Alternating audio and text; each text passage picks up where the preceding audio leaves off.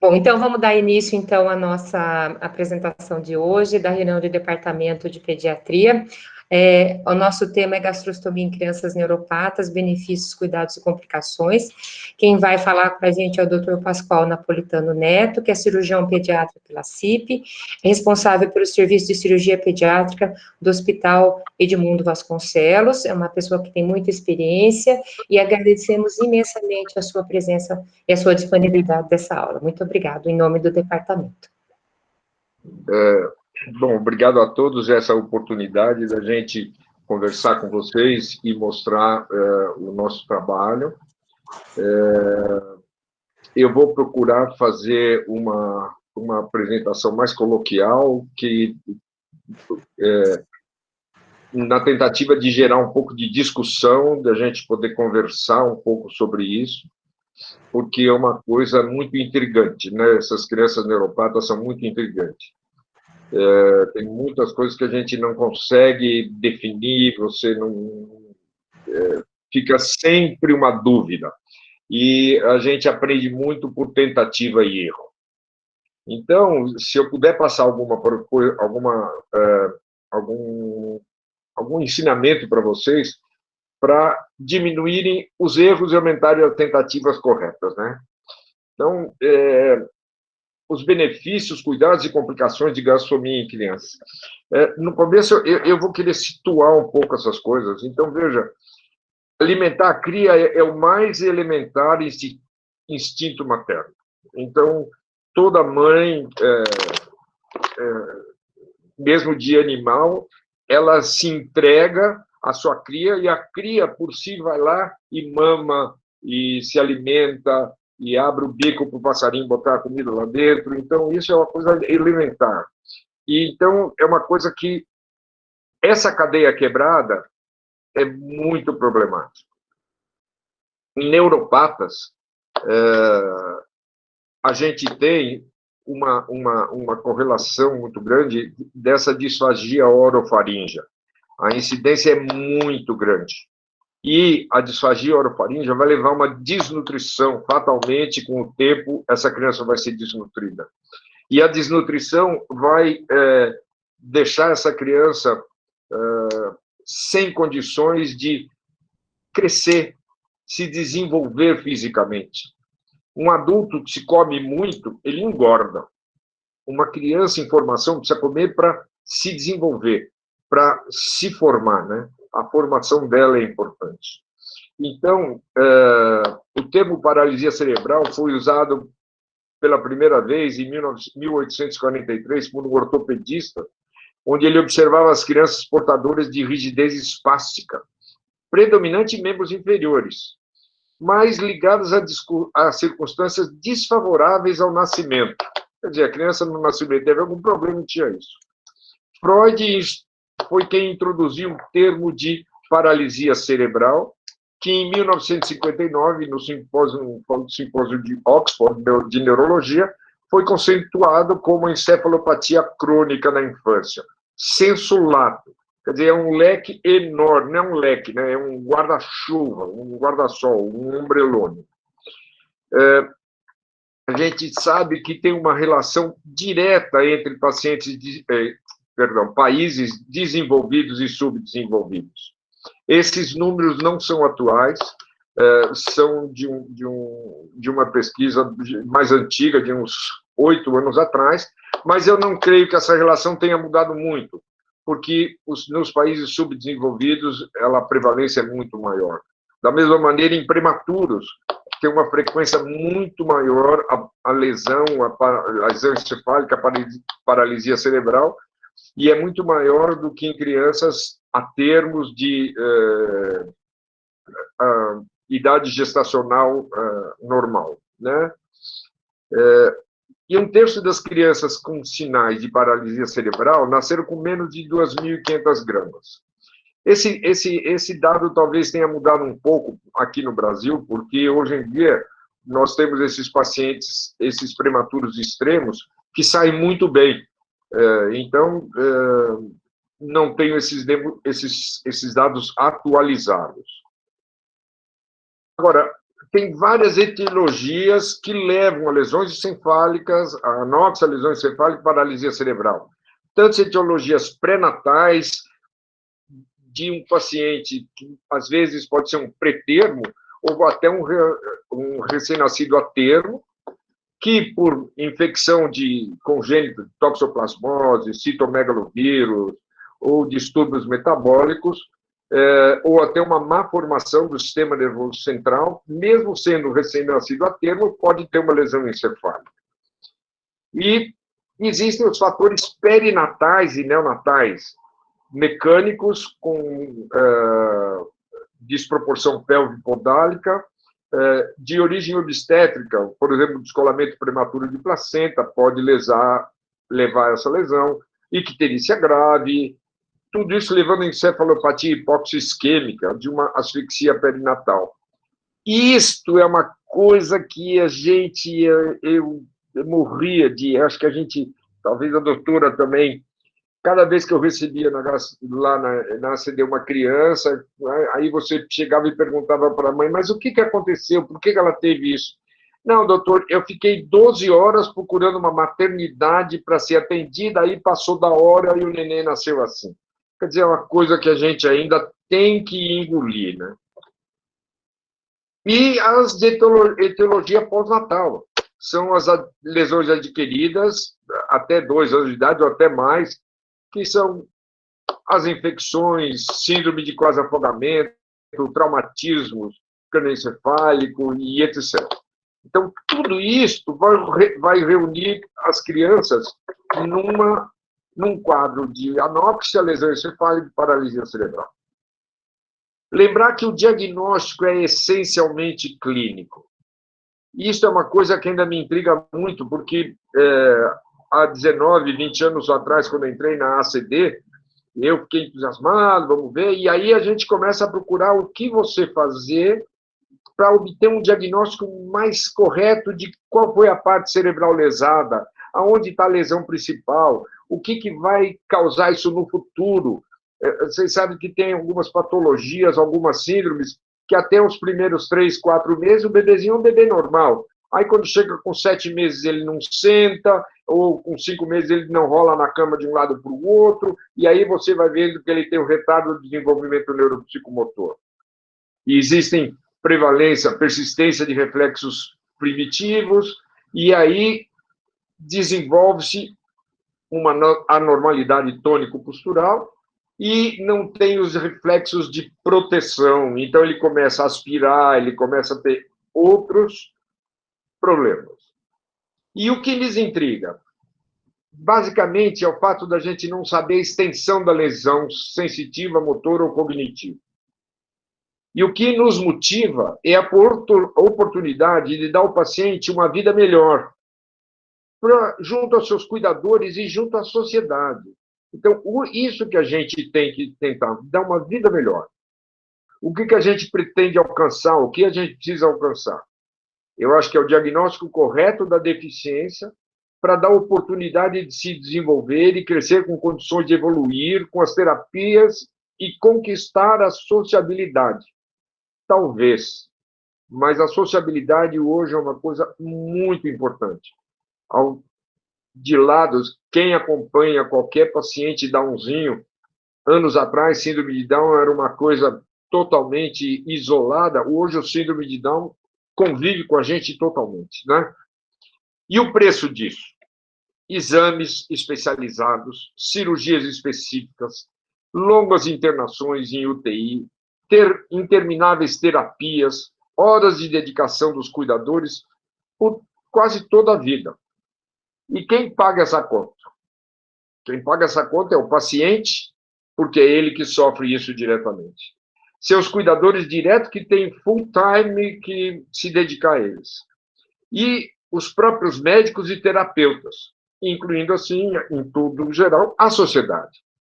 E essa conta vai ser paga com horas de dedicação, muito apoio, embates com seguradoras, não podemos nos esquecer disso. Às vezes você tem uma solução quase na sua mão e não pode usar porque a seguradora não dá, fica aquela história, né? Bom, a deglutição, rapidamente, é dividida em fase oral, fase faríngea, fase esofágica. Lembrando que a fase oral e a faríngea são conscientes, quer dizer, mastiga-se aquilo, prepara o bolo, aí, através de reflexo, esse bolo é preparado e levado para a retrofaringe e depois o esôfago, inconscientemente, vai levar esse bolo alimentar até o estômago. E isso é muito importante, porque as alterações nesse processo vão levar a aspirações com consequências para as vias aéreas. O diagnóstico você pode fazer com radiografia, com tomografia, videoendoscopia, fluoroscopia, etc. Tem vários métodos para você saber se a aspiração é alta, se a aspiração é baixa, se existe um refluxo associado. Tudo isso a gente tem que observar. Muitas vezes, por causa dessa alteração, a gente vai lançar mão de uma via alimentar alternativa, ou por sonda, ou por gastrostomia, e algumas vezes vai ter que fazer um tratamento para o refluxo gastroesofágico. Então, resumindo um pouco, o que nos intriga é essa dificuldade de se alimentar. Se é uma dificuldade de se alimentar, o que nós vamos fazer? Vamos fazer uma via de alimentação alternativa. Por que eu coloquei isso assim muito direto? Porque hoje, para mim, o meu conceito é: o quanto mais cedo for feito, o resultado é melhor. O que a gente precisa alcançar é uma nutrição adequada para o desenvolvimento. Quer dizer, uma criança que vai conseguir se desenvolver, ter musculatura para poder fazer fisioterapia, para poder resistir a todas as terapias que ela vai fazer. O preço dessa via alimentar alternativa é sonda nasointeral ou gastrostomia. De novo, quem paga a conta são os pacientes, os cuidadores e os médicos. E os dispositivos específicos, treinamentos e dietas especiais. Em suma, paciência e dedicação. Via alimentar alternativa pode ser através de uma sonda nasogástrica, de uma sonda nasoenteral ou de gastrostomia. Hoje, um bebezinho prematuro, muitas vezes você chega no berçário para ver um bebezinho prematuro, ele está lá com uma sondinha nasogástrica e está sendo colocado leitinho no estômago, e é muito importante que esse leite passe pelo estômago por causa do processo digestório, e evoluindo muito bem. Mas, às vezes, em crianças já maiores, a sonda nasogástrica não funciona e precisa de uma sonda nasoenteral, ou porque ele tem náuseas, ou porque ele tem uma lentificação de esvaziamento gástrico, uma série de outras situações. E, muitas vezes, a gente acaba indo para a gastrostomia. A via alimentar alternativa, em primeira instância, é sempre negada pela mãe. A mãe não quer. Não.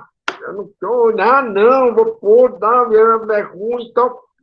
Então, usa-se uma sonda nasoenteral. O que a gente usava lá na ACD, antes de fazer uma gastrostomia, fazer a mãe usar uma sonda nasoenteral durante um tempo no seu filho, para a mãe ou pai, né? Desculpe, né? Nada, não tem nenhum preconceito. Usando a sonda no seu filho, e aí ela via que o filho começa a evoluir melhor, começa a engordar um pouco, começa a ganhar peso, né? E aí ela melhora. Mas a sonda nasoenteral causa repulsa. E os pacientes não são muito aceitos, né? Você, toda vez que olha uma pessoa que está com uma sonda saindo pelo nariz, opa. Então, frente a isso, a gastrostomia aparece como uma melhor opção. Lembrando que, em alguns casos, há necessidade de uma sonda gastrojejunal, em casos específicos, que mais para frente a gente comenta. Bom, o que é gastrostomia?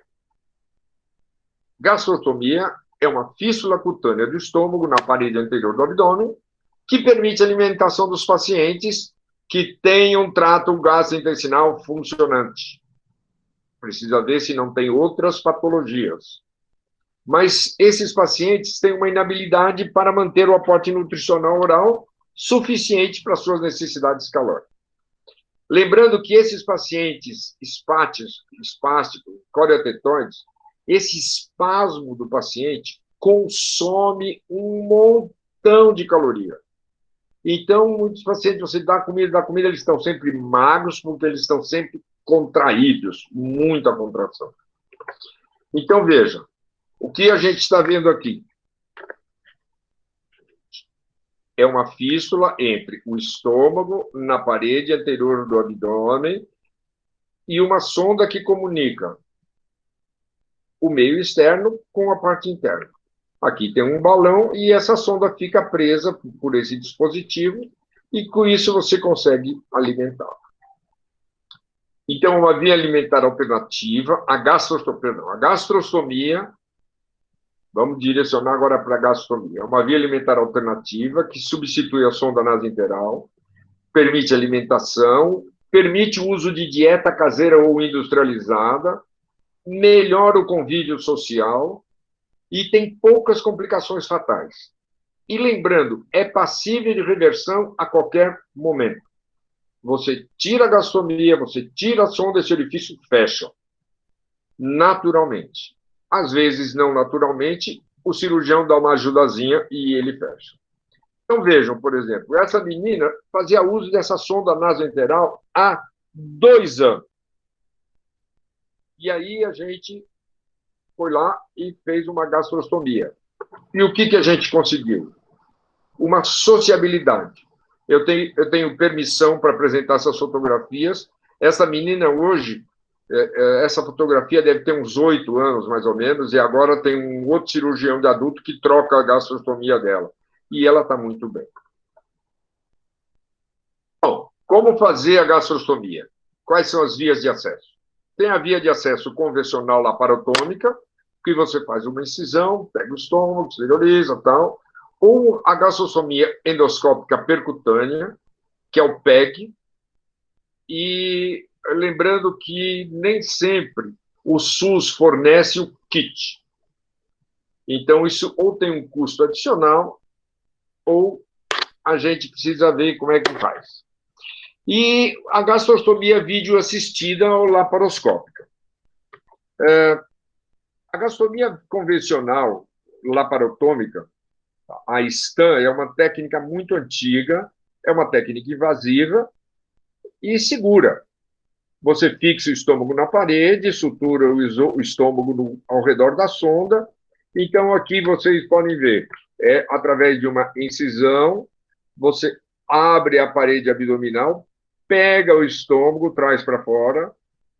Vejam, antigamente a gente usava uma sonda de Malecot. Esta sonda era primordialmente desenvolvida para drenagem de tórax. Aí você faz uma bolsa ao redor do estômago, ao redor da sonda, uma segunda bolsa fixa e depois fecha a parede abdominal. Cuidado, porque isto aconteceu comigo. Eu achei que eu estava puxando o estômago e estava puxando o cólon. Numa época eu ainda não fazia cirurgia videolaparoscópica, antes disso, quer dizer, isso faz mais de 30 anos atrás, mas foi um acidente que aconteceu comigo. Então, acidente acontece com todo mundo, certo?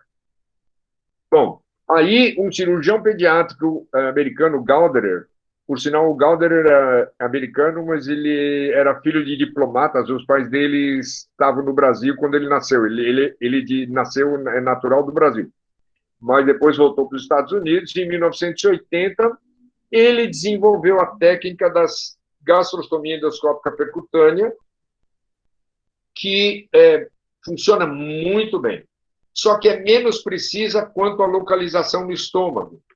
E o importante é que ela não, o interessante é que ela não fixa o estômago na parede abdominal. O estômago fica preso na parede abdominal pela própria sonda.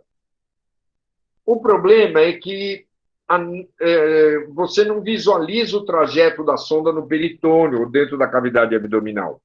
Então, a gente já viu vários acidentes. É lógico, é cirurgião dependente, endoscopista dependente.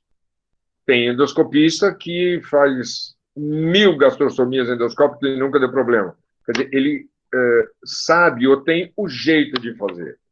Então, a gastrostomia endoscópica, você faz uma endoscopia no paciente, aí, através da luz do endoscópio, você fura a parede abdominal, passa uma agulha e passa um fio. Esse fio é retirado pela boca, amarra a sonda no fio e aí puxa o fio de volta para trás e fica a sonda fixada aqui. Talvez aqui é um outro esquema um pouco melhor. Então, você faz a endoscopia, passa a agulha, o fio, tira o fio pela boca, amarra a sonda e passa a sonda de volta. É muito feita. Eu acho que hoje em dia é a mais feita no mundo inteiro. Existem vários trabalhos e se vocês colocarem PEG com qualquer coisa, em qualquer site de busca de trabalho médico, vocês vão achar um monte de trabalho e vários trabalhos também comparando a vídeo assistida com a gastrotomia endoscópica. Dependendo do serviço, eles puxam a brasa mais para uma técnica ou para outra técnica. Então, todo trabalho que a gente vê, a gente tem que ter critério e saber avaliar, né? Então, veja aqui novamente, aqui um paciente que fez uma válvula antirrefluxo, aí a endoscopia, você passa uma agulha, passa o fio, e aí depois, esse é o aspecto que fica o dispositivo dentro do estômago. Ó, passa o fio aqui é preso,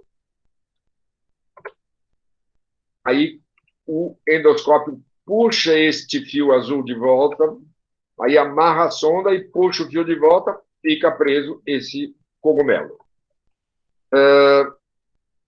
Esses são os tipos de sonda para gastrostomia, tanto faz a sonda, que é o G-tube, ou bota um Mickey ou bota um cogumelo. Na gastrostomia videoassistida, que agora é a minha praia, então agora eu vou me sentir à vontade. Até agora eu estava meio nervoso, tudo que eu estava falando, mas agora eu vou ficar mais tranquilo.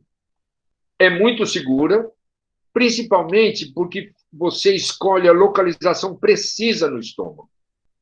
Porque eu já vi muita gastrostomia endoscópica feita que a saída no estômago é em lugar não correto, não ideal. E isto que leva aos problemas.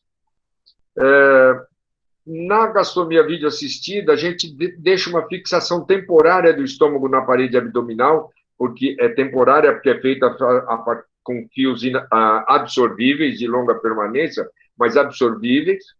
E o bom é que você tem a visualização total do trajeto da sonda dentro do peritônio, dentro da cavidade abdominal. Então, estas imagens são tiradas do livro do Keith Georgeson, onde você coloca uma ótica pelo umbigo, aí você vê a posição do estômago, passa uma pinça, um trocáter, faz um orifício aqui e você vai chegar no estômago. Aí você puxa o estômago e, como a parede abdominal da criança é bem fininha, usando uma agulha curva, você dá um ponto transfixante e fixa os dois lados do estômago. Fica como se fosse uma tenda. Aí, no meio, lá, quando ele tem condição, ele usa esse passador, ele usa esse passador que já ele traz junto, ele usa junto o bottom. Então, ele fura, dilata, e aí ele deixa o bottom fica lá dentro, e esse é o aspecto final. Então, veja, uma criança que foi operada de válvula anti-refluxo, era um bebê pequeno, e o aspecto final é o bottom fixado aqui. Esse ponto, depois de 10 dias, você tira, e esse é o aspecto interno. Aqui você pode ver um fio aqui, outro fio aqui, e o bottom aqui dentro. Mas vejam, primeira atenção, o estômago tem que estar preso na parede abdominal como se fosse só elevado da sua posição, não tracionado. A hora que eu tiro o pneumoperitone, essa parede abdominal desce, ela baixa, fica na posição ideal. Então, mais uma vez, vamos lembrar que a dor do estômago, quando você tem dor do estômago, você tem dor no epigastro. Isso é muito importante, porque é importante a localização do nosso estômago. Vou aumentar aqui. Então, o lugar ideal de fazer uma gastrostomia é aqui. Então, se o paciente é longilíneo, ela fica mais baixa. Se ele é brevilíneo, ela fica mais alta, mais perto do apêndice tifoide. Agora, gente, não no hipocôndrio esquerdo. Isso vai tracionar esse estômago para cá, vai mudar o ângulo de Ries, vai aumentar o refluxo, vai atrapalhar o esvaziamento gástrico. Então, isto que a gente tem que observar. Vejam a diferença desses dois pacientes. Este paciente, a gente fez uma válvula anti-refluxo e depois da válvula a gente colocou a gastrostomia no lugar que estava o estômago dele. Não no lugar que eu quero, é o lugar que o estômago quer. Porque aí esse paciente vai crescer e este lugar, esse ponto vai se manter constante. Esse paciente, o que eu ia fazer nesse paciente? Mudar essa gastrostomia para cá. Porque essa gastrostomia está totalmente fora. O hiato desse paciente é aqui. A pequena curvatura desse paciente está aqui. Não aqui. Esse estômago está tracionado. E aí começa a dar problema na gastrostomia. Começa a vazar, começa a ter problema. Então, veja, esse é um aspecto. Você, depois que fez a válvula anti-refluxo, passa esse trocáter. Através desse trocáter, você pega o estômago e você eleva o estômago na posição ideal. Então, vejam.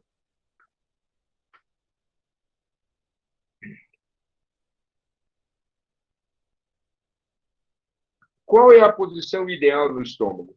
Na pequena curvatura do estômago, nós temos uma vascularização que forma um tripézinho chamado pata de ganso, que é exatamente a transição do corpo para o antro.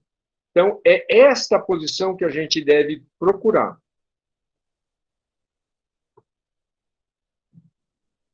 Então, veja, a partir daí, olha, é só tracionar. Então, o estômago ele é elevado para a parede abdominal e fica nessa posição. Isso nunca vai trazer problema.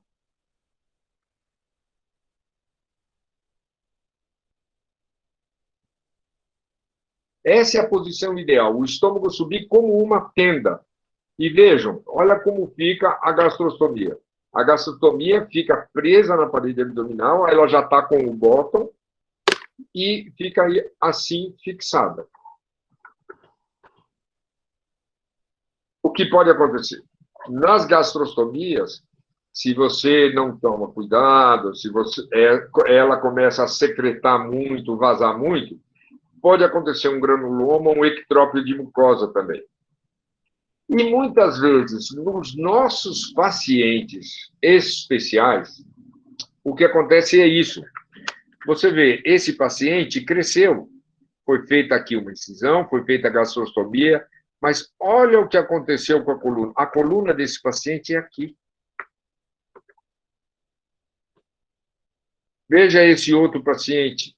Ele cresceu e a gastrostomia está embaixo do rebordo costal. Só que cada vez que ele se mexe, a gastrostomia é puxada para dentro. Olha a diferença de posição, onde está essa gastrostomia.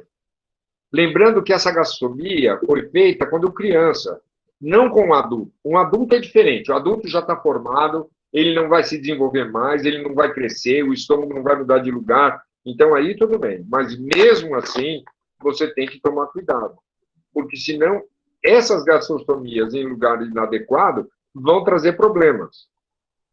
Então vejam, o que a gente preconiza é melhorar essa posição. Então, vejam esse paciente. Então, eu fiz um desenho mambembe aqui para mostrar o rebordo costal. Olha onde está a gastomia. Veja o raio-x. O estômago. A gastomia que está fazendo? Está puxando esse estômago aqui para baixo. Aí deforma. Olha o duodeno dele como é que fica. Olha isso. Então, o que esse paciente tem? Ele tem uma dificuldade de esvaziamento gástrico. E aí a gente faz o quê? A gente fecha essa gastrostomia. Opa, fecha essa gastrostomia. Por vídeo você solta o estômago, vê qual é o melhor lugar para esse estômago ficar e puxa esse estômago para fora.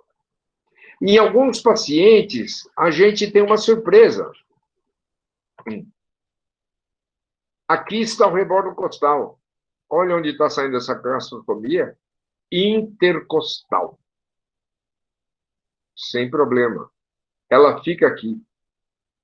Eu aqui, apesar de ela estar intercostal, eu estou fora do diafragma, eu só pego pleura, o pulmão está lá para cima, porque vocês estão vendo aqui, vocês estão vendo aqui, a crista ilíaca desse paciente está entrando embaixo do rebordo costal. Então, é uma deformidade muito grande. Veja um outro paciente. Esse outro paciente aqui... Ai, desculpa. Então, e tinha uma gastrostomia aqui. Olha onde foi parar a gastrostomia dele. Sem problema. Então, vejam, uma gastrostomia que não usa a sonda adequada, vaza. Olha o que pode acontecer com essa sonda. A sonda, o estômago empurra o balão da sonda como se fosse um pedacinho de bife. Então, a gente acaba tendo essas surpresas, né?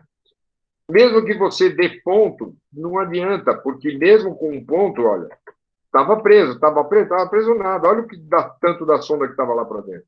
Então, há que se usar um material adequado. E material adequado também é sonda adequada. Se você coloca uma sonda de gastrostomia nova, 0 quilômetro, que a hora que você insufla o balão insufla excêntrico. Quer dizer que desse lado de cá, vai vazar. Ele não está obstruindo, não está ocluindo a via, a fístula, certo? Então, isso precisa ser sempre visto. Cuidado com essas sondas. Outra coisa que a gente tem que tomar cuidado é com as anomalias intestinais associadas. Raquel? Então, vejam, essa criança aqui tinha uma má rotação intestinal importante. Então, precisa tomar cuidado quando você faz isso. E muitas vezes aconteceu lá com a gente, o nosso endoscopista fez uma gastrostomia endoscópica e a criança, quando nasceu, teve gastrosquises, tinha uma onfalocele pequena, mas tinha uma onfalocele. Conclusão, quando ele fez a gastrostomia transfixou uma alça ileal, por causa da má rotação desse saca-rolha que o intestino forma. Então, o duodeno vem descendo formando esse saca-rolha. Então, isso é muito importante para a gente ser visto.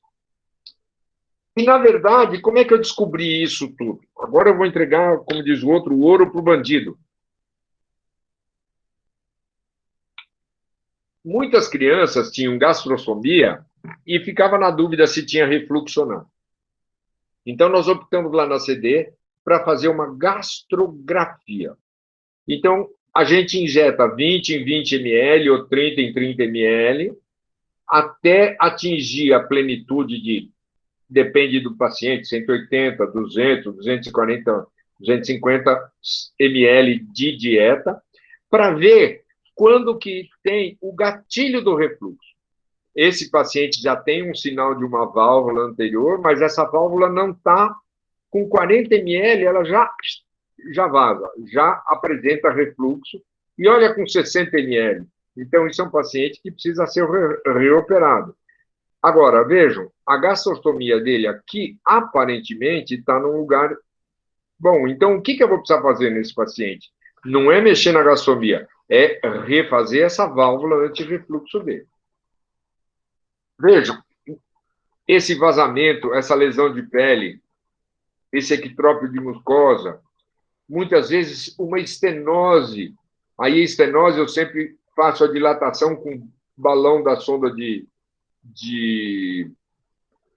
Foley, que aí depois dá para a gente introduzir uma sondinha. E aí, às vezes, o refluxo é tão intenso que chega a contrastar a árvore brônquica do paciente. Agora, se a gastrostomia está fora de lugar, vocês imaginem, a dieta não desce e não sobe. Dá muita tensão, dá muita pressão dentro do estômago. Então, vejam esse paciente. O que aconteceu com esse paciente? Com o crescimento, olha o nível de escoliose que ele tem. Então, vejam, essa gastrostomia estava muito baixa, estava no antro. Então, daqui, o balão obstrui o piloro. Então, tudo isso aqui vai tentar destruir a válvula antirrefluxo que você fez. E é o que aconteceu. Essa válvula não aguentou. Então, vejam a paciente. Essa aqui perdeu a gastrostomia, porque estava tão ruim, ele não conseguia alimentar, acabou perdendo e a mãe não voltou. Mas olha a escoliose dela, a coluna dela estava aqui. Então, o que nós fizemos? Fizemos uma válvula anti-refluxo, refizemos a válvula e colocamos a gastrostomia num lugar seguro. Agora eu quero mostrar para vocês o paciente que me trouxe de presente essa oportunidade de falar com vocês. O Guilherme, um paciente da doutora Fátima, que passava mal, muita dor, não dormia com dor, a mãe não conseguia alimentar, perdendo peso. E aí ele tinha essa gastrostomia nessa posição. Eu fiz um desenho aqui do rebote postal. E, veja, na gastrografia que foi feita agora eu não consigo me lembrar quando, mas não é recente, não. Mostrava o bottom da gastrostomia nessa posição. E dava para a gente ver que o estômago estava sendo tracionado para cá, fazendo esse ângulo. Então, vejam, olha o bottom tracionando o estômago. Aqui já é antro, piloro e duodeno. Então, olha o que acontece. Isso altera demais. Olha como está aqui o bottom prendendo a gastrostomia dele aqui, o bottom prendendo o estômago aqui na parede, desse jeito. Então, vejam, olha a posição desse estômago. Então, foi com isso que eu liguei para a doutora Fátima e falei, Fátima, eu acho que a gente precisa refazer a gastrostomia desse menino. E, endoscopicamente, uma endoscopia de 2016 mostrava o bottom numa posição direto para o piloro e duodeno. Então, se você dá uma solução um pouco hipercalórica para esse moleque, ele tem dumping. É um caso clássico, típico de dumping. E se a gente olhar aqui, o bottom foi colocado abaixo da incisura angulares. Deveria ter sido colocado antes. Então,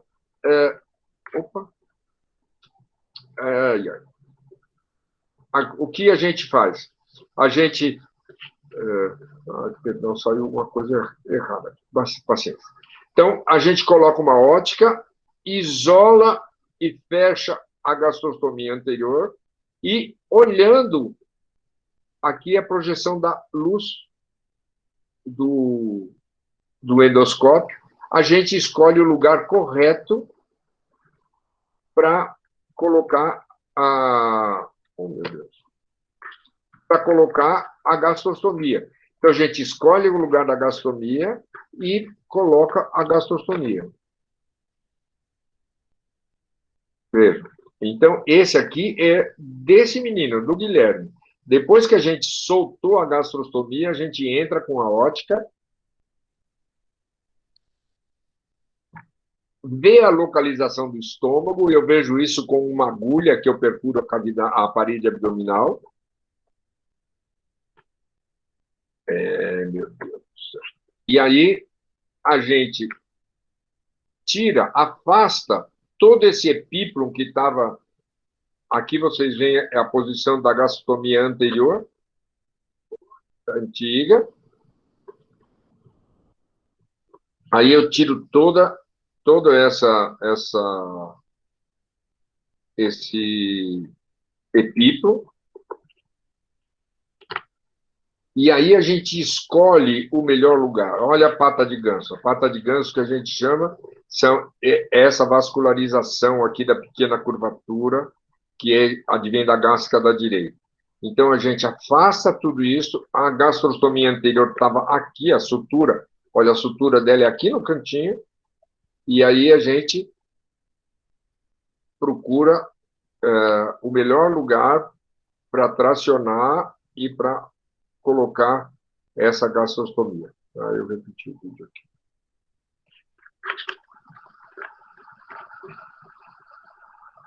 Então, veja, olha que bonita a pata de ganso que a gente chama. É esse aqui.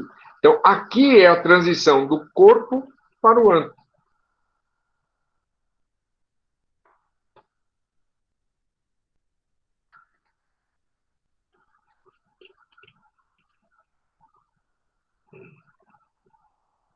Então, aí a gente coloca... Está vendo? O estômago levanta, ele sobe, como se fosse só, vamos dizer, a ponta do guarda-chuva. Ele fica na posição anatômica dele.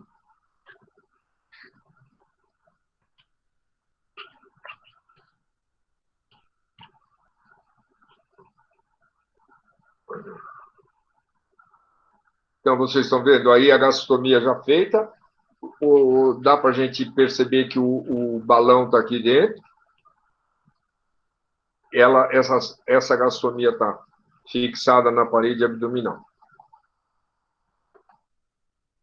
E este aqui é o vídeo do pós-operatório. Por que o pós-operatório?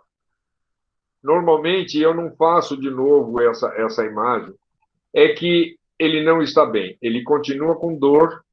Ele voltou, se internou ontem em São Paulo, lá no Sírio, e a gente foi vê-lo, pediu esse exame para ver se tinha alguma coisa, mas aqui a gente vê que não tem nenhum sinal de obstrução, e ele tem uma lentificação do esvaziamento gástrico, e ele está melhor, mas não o ideal. Mas vejam agora a diferença: o estômago não tem dobra mais, e ele não tem alteração da condução.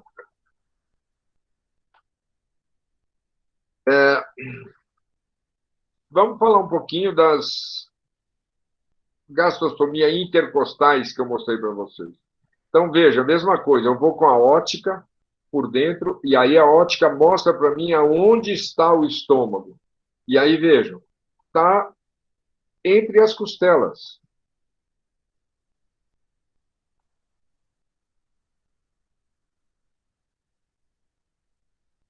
Então, a gente faz uma incisão, através dessa incisão coloca um trocáter, e veja, esse trocáter cai exatamente onde está o estômago, veja. É aqui que é o lugar ideal de se fazer essa gastrostomia.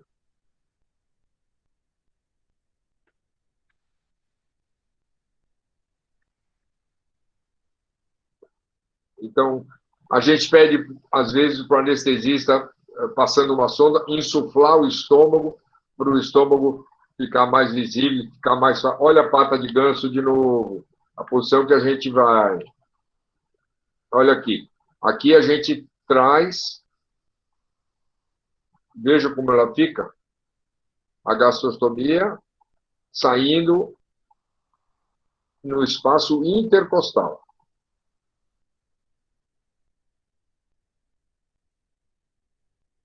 Bom, só para relembrar, os dispositivos, pode ser um tubo de gastrostomia, um Bolton Mickey ou um cogumelo.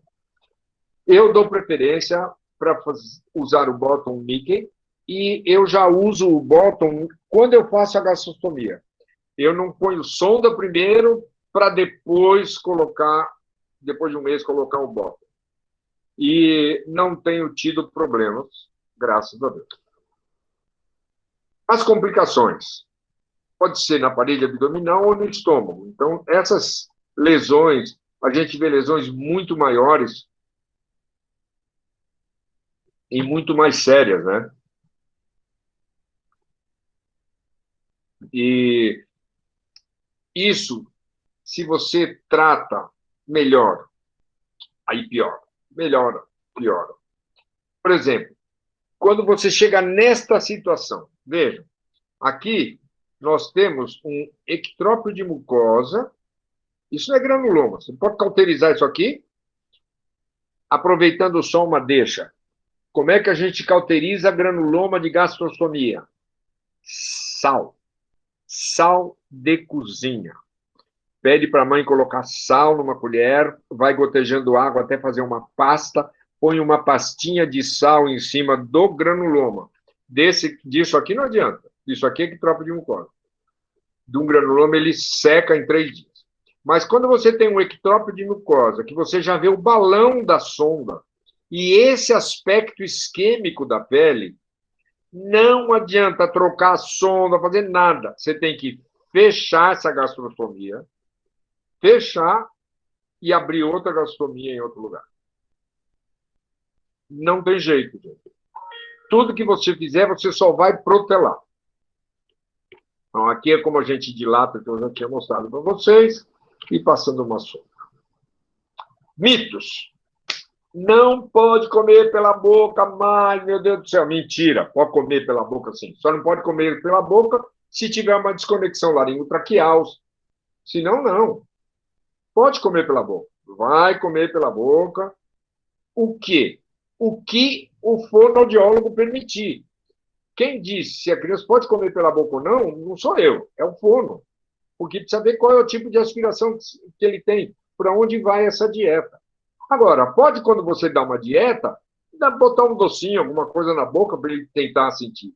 Ele não vai sentir gosto de alimento. Gente, sentir gosto de alimento é muito mais sensitivo, neurológico, do que a passagem do alimento pela boca. O alimento passando pela boca, você aprende a distinguir o que você está comendo, mas não o gosto do alimento. Ou a não ser que você tenha um Covid, aí você não sente cheiro, não sente gosto. Deus me livre.